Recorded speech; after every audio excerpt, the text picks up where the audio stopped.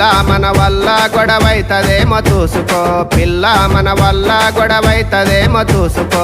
సుక్కలాంటి నీ ముఖము చూడకుండా ఉండలేను, అత్తమామ లేని రోజు తప్పకుండా వస్తా నేను. పిల్ల మన వల్ల గొడవైతదేమో చూసుకో, పిల్ల మన వల్ల గొడవైతదేమో చూసుకో.